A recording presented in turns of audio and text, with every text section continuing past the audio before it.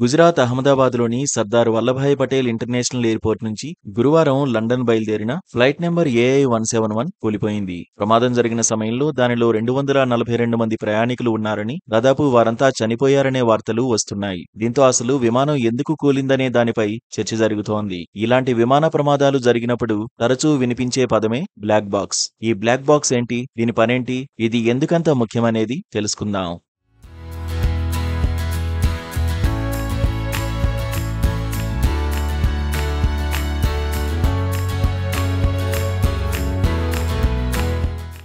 Black box అనేది విమానంలోని రెండు ముఖ్యమైన సాంకేతిక పరికరాల సమాహారం. అందులో మొదటిది ఫ్లైట్ డేటా రికార్డర్, రెండోది కాక్పిట్ వాయిస్ రికార్డర్. ఈ రెండు పరికరాలు విమాన ప్రమాదాల విశ్లేషణలో కీలక పాత్ర పోషిస్తాయి. వీటిని బ్లాక్ బాక్స్ అని పిలిచినప్పటికీ ఇవి నిజానికి నారింజ రంగులో ఉంటాయి. తద్వారా ప్రమాద శిథిలాల్లో సులభంగా కనిపిస్తాయి. ఫ్లైట్ డేటా రికార్డర్ విమాన సాంకేతిక సమాచారాన్ని నమోదు చేస్తుంది. ఇందులో విమాన వేగం, ఎత్తు, దిశ, ఇంజిన్ పనితీరు, ఫ్లాపుల స్థితి, ఇంధన వినియోగం వంటి వందలాది పారామీటర్లు ఉంటాయి.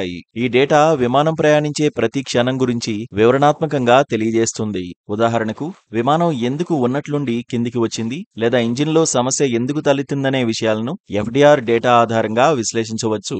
ఇక కాక్పిట్ వాయిస్ రికార్డర్ కాక్పిట్ లో జరిగే సంభాషణలను రికార్డ్ చేస్తుంది. ఇందులో పైలట్ల సంభాషణలు, వారు ఎయిర్ ట్రాఫిక్ కంట్రోల్ తో చేసిన సంభాషణలు, కాక్పిట్ లోని ఇతర శబ్దాలు అంటే అలారంలు, ఇంజిన్ శబ్దాలు రికార్డ్ అయి ఉంటాయి. ఈ రికార్డింగ్లు పైలట్ల నిర్ణయాలు, వారి ఒత్తిడి స్థాయిలు లేదా ప్రమాద సమయంలో వారు ఎదుర్కొన్న సమస్యలను అర్థం చేసుకోవడానికి సహాయపడతాయి.